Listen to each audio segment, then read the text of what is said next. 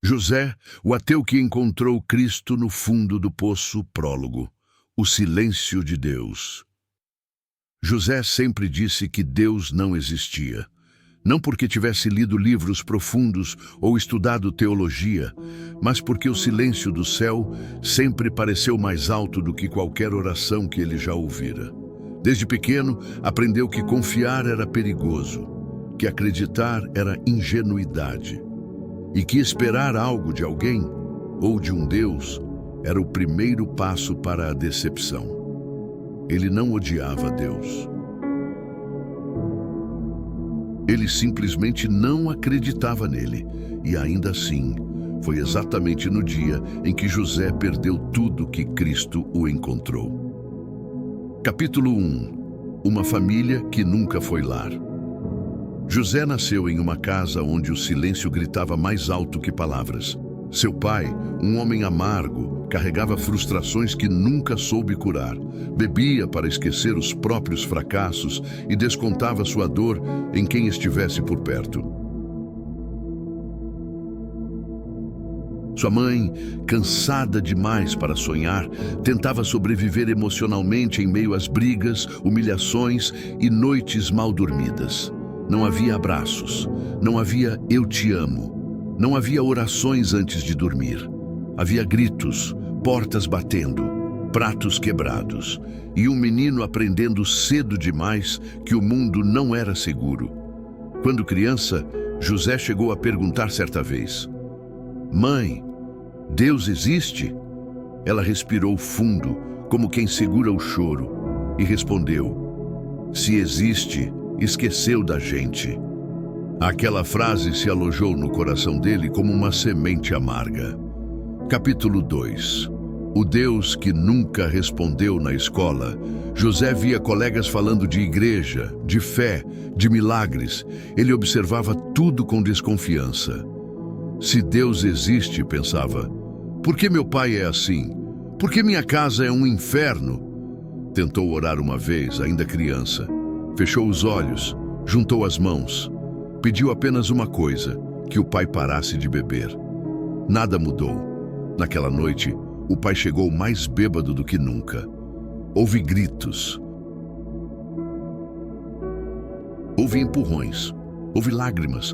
E José tomou uma decisão silenciosa. Se Deus existe e não faz nada, então ele não serve para nada.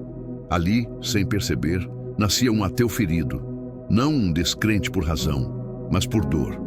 Capítulo 3. Inteligente, frio, distante. José cresceu rápido. Aprendeu a se virar sozinho, a não depender de ninguém. Na adolescência, tornou-se inteligente, questionador, irônico. Usava a lógica como escudo e o sarcasmo como arma. Fé é muleta emocional, dizia.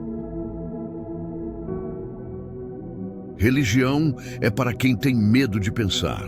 Por dentro, porém, carregava um vazio que nenhuma resposta racional preenchia. Ele não confiava em pessoas, não confiava em promessas, e muito menos em Deus. Capítulo 4. O sucesso que não cura na vida adulta. José conseguiu o que muitos chamariam de sucesso: bom emprego, reconhecimento profissional, independência financeira. Mas quando chegava em casa, o silêncio voltava. Tentou preencher o vazio com festas, depois com relacionamentos rasos, depois com trabalho excessivo. Nada permanecia.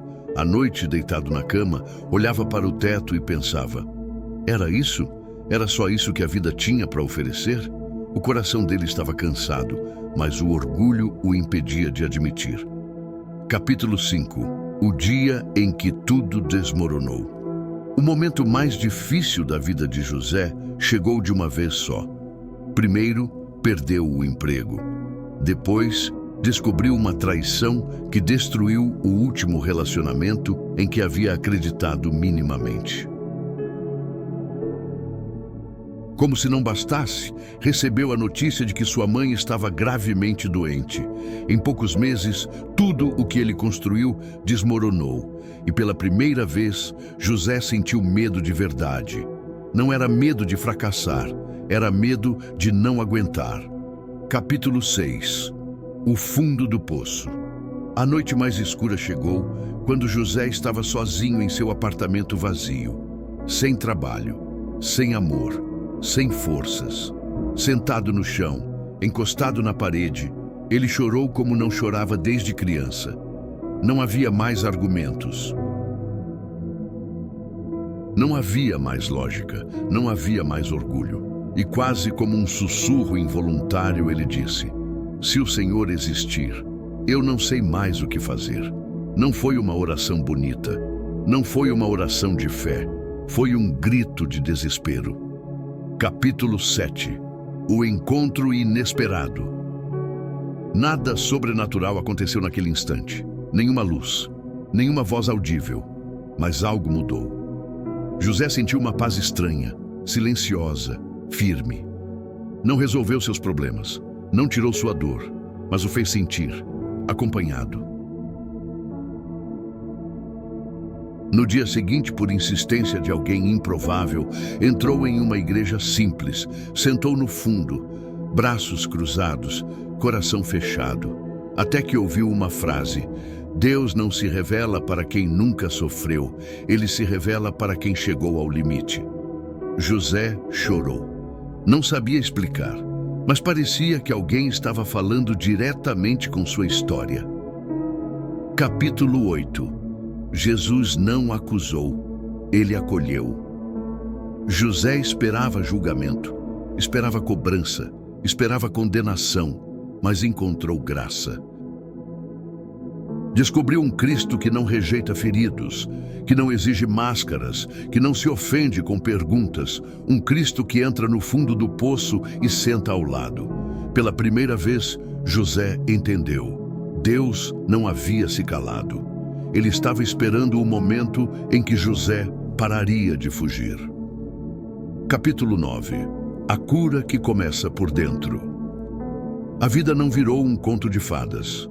A dor não desapareceu do dia para a noite, mas José mudou. Aprendeu a perdoar o pai, a cuidar da mãe com amor, a reconstruir sua identidade.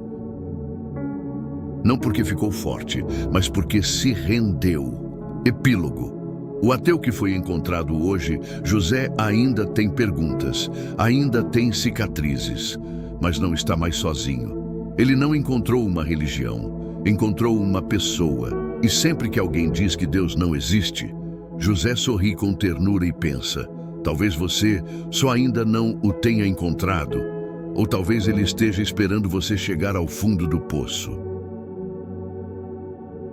Parte 2. Quando crer não é fácil, capítulo 10.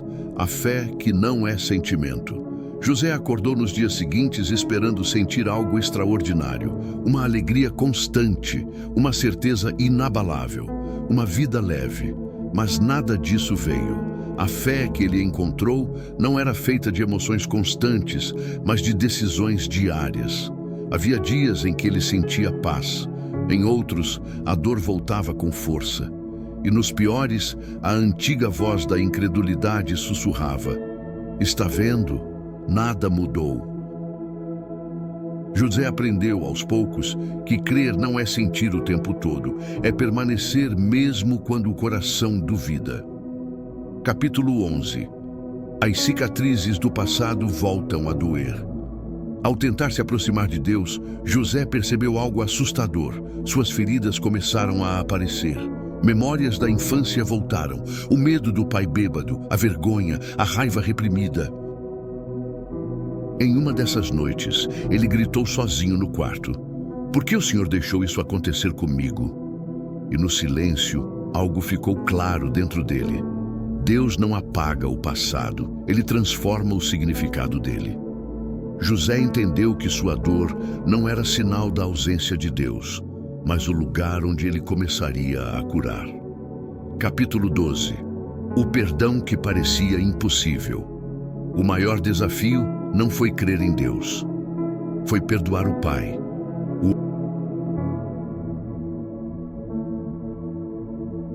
Que deixou marcas invisíveis.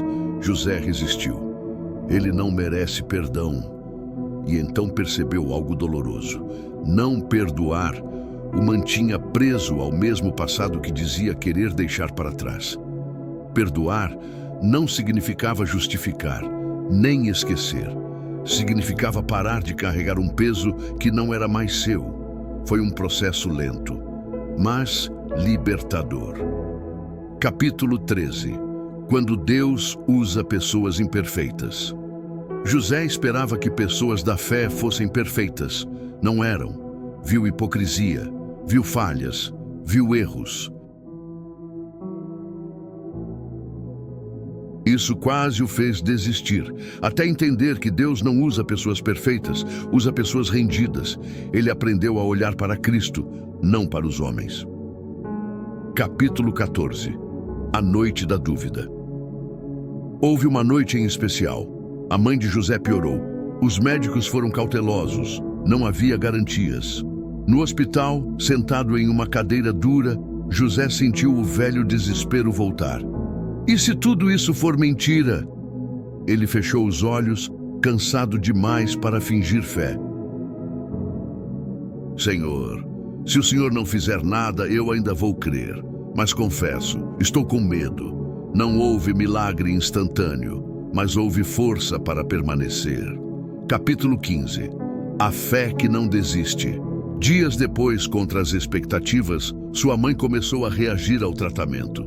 Não foi algo espetacular, foi gradual. José chorou de gratidão. Não porque Deus fez exatamente como ele queria, mas porque aprendeu a confiar mesmo sem controle. Capítulo 16. Um novo propósito. José percebeu que sua história não era só sobre ele. Começou a ouvir pessoas feridas, a conversar com quem também não acreditava. Não com discursos, mas com empatia. Ele dizia: eu também não acreditava. Eu também me revoltei. Eu também achei que Deus não existia. E isso tocava corações. Capítulo 17. Quando o passado ganha sentido. Certo dia, José entendeu algo que mudou tudo. Se ele não tivesse sofrido, nunca teria entendido os que sofrem. Sua dor virou ponte, sua história virou testemunho. Suas cicatrizes viraram prova de que Deus transforma ruínas em caminhos. Capítulo 18. O ateu que aprendeu a descansar. José ainda tinha perguntas, ainda tinha dias difíceis, mas agora sabia onde descansar. Ele não precisava ter todas as respostas, precisava apenas confiar naquele que o encontrou quando ele não acreditava em mais nada. Epílogo. Se você está no fundo do poço, se você chegou até aqui, talvez esteja como José esteve um dia. Cansado, ferido, sem forças. Talvez você não consiga orar bonito, talvez só consiga chorar. Saiba disso. Cristo não espera sua fé perfeita. Ele só espera sua sinceridade. Porque às vezes o fundo do poço não é o fim, é o lugar onde Deus começa tudo de novo. Parte 3. Quando a dor vira chamado. Capítulo 19. O dia em que José entendeu que não era sobre ele. José começou a perceber algo que nunca tinha considerado antes. Sua história não terminava na própria cura. Ele estava mudando por dentro, mas o mundo ao redor continuava cheio de gente quebrada, perdida, cansada, exatamente como ele fora um dia. Em uma tarde comum, sentado em um banco de praça, observando pessoas passarem apressadas, José sentiu um pensamento insistente no coração. Eu te curei para que você cuide. Aquilo o assustou. Senhor, eu ainda estou me reconstruindo, murmurou. E a resposta veio silenciosa, porém firme. É justamente por isso que você pode alcançar quem sangra. Capítulo 20. O medo de voltar ao passado. Aceitar um chamado não foi fácil. José temia voltar aos lugares escuros da própria memória. Temia ouvir histórias parecidas com a dele e reabrir feridas que ainda cicatrizavam. E se eu quebrar de novo? Ele descobriu que chamado não é ausência de medo, é obediência apesar dele. A fé agora exigia passos. Capítulo 21. O primeiro testemunho. O primeiro convite para falar foi simples, uma pequena reunião. Poucas pessoas. José quase desistiu. Suas mãos suavam, a voz tremia. Mas quando começou a falar, não usou palavras bonitas. Falou da dor, da revolta, da incredulidade, do fundo do poço. E algo aconteceu. Pessoas choraram, outras abaixaram a cabeça. Algumas se aproximaram depois dizendo: "Eu pensei que só eu sentia isso." José entendeu naquele momento. A verdade simples alcança mais que discursos perfeitos. Capítulo 22. Nem todos vão entender. Com o tempo vieram as críticas. Você virou religioso demais. Isso é só fase. Logo passa. Alguns antigos amigos se afastaram, outros zombaram. José sentiu dor, mas não surpresa. Cristo também foi rejeitado. Ele aprendeu que seguir Jesus nem sempre traz aplausos, mas sempre traz propósito. Capítulo 23. O encontro com o Pai. O momento mais difícil ainda estava por vir. O pai de José adoeceu. O homem forte, violento e orgulhoso agora estava frágil, dependente, silencioso. José ficou diante dele sem saber o que dizer. Todos os sentimentos voltaram. Raiva, tristeza, compaixão. "Filho", disse o pai com a voz quebrada, "eu não soube ser pai." José chorou. Não foi uma reconciliação perfeita, mas foi real. Ali, José entendeu que o perdão também cura quem nunca pediu desculpas direito. Capítulo 24. Quando o milagre é interno. O pai não se tornou um novo homem da noite para o dia. A história não foi apagada, mas algo mudou no coração de José. Ele não carregava mais ódio, nem peso, nem necessidade de revanche. O maior milagre não foi a mudança do outro, foi a libertação dentro dele. Capítulo 25. A fé sendo testada de novo. A vida não poupou José. Vieram novos desafios, novas perdas, novas orações sem respostas imediatas. Mas agora ele sabia, Deus não promete ausência de tempestades. Ele promete presença no meio delas, e isso era suficiente. Capítulo 26. Quando o ateu vira ponte. José começou a ser procurado por pessoas que não confiavam na igreja, mas confiavam nele. Ateus, feridos, céticos, eles diziam: "Você não fala como quem nunca duvidou." E ele respondia: "Porque eu duvidei." E foi ali que Cristo me encontrou. José se tornou ponte entre mundos. Capítulo 27. Um chamado sem palco. José recusou holofotes. Preferiu conversas individuais, ouvidos atentos, presença. Ele entendeu que nem todo chamado precisa de microfone, mas todo chamado precisa de amor. Capítulo 28. O descanso final. Em uma noite silenciosa, José olhou para o céu e lembrou do menino ferido que foi. Sorriu. "Obrigado por não desistir de mim", disse em oração. E percebeu algo precioso. A maior prova da existência de Deus foi a transformação que ele operou em um coração que não acreditava. Epílogo final. Se você ainda duvida, talvez você ainda não creia, talvez ainda esteja machucado demais para confiar. Tudo bem. Cristo não foge da sua dúvida. Ele entra nela, assim como entrou na vida de José, porque Deus não se revela apenas a quem crê. Ele se revela principalmente a quem chegou ao limite. Conclusão. Quando Deus escreve o fim que ninguém esperava. Capítulo 29. O tempo passou, a graça permaneceu. Os anos passaram. José já não era o homem quebrado que se escondia atrás da razão para não sentir. Também não era um herói da fé. Era apenas um homem que aprendeu a caminhar com Deus, um dia de cada vez. Havia dias bons, havia dias difíceis, mas agora existia algo que antes não havia: esperança. Capítulo 30. A casa que antes era silêncio. José construiu um lar diferente do que conheceu. Não perfeito, mas honesto. Ali havia diálogo, havia perdão, havia oração, não por obrigação, mas por dependência. Ele que crescera em meio a gritos, agora ensinava pelo exemplo que amor também se aprende. Capítulo 31. O legado que não se vê.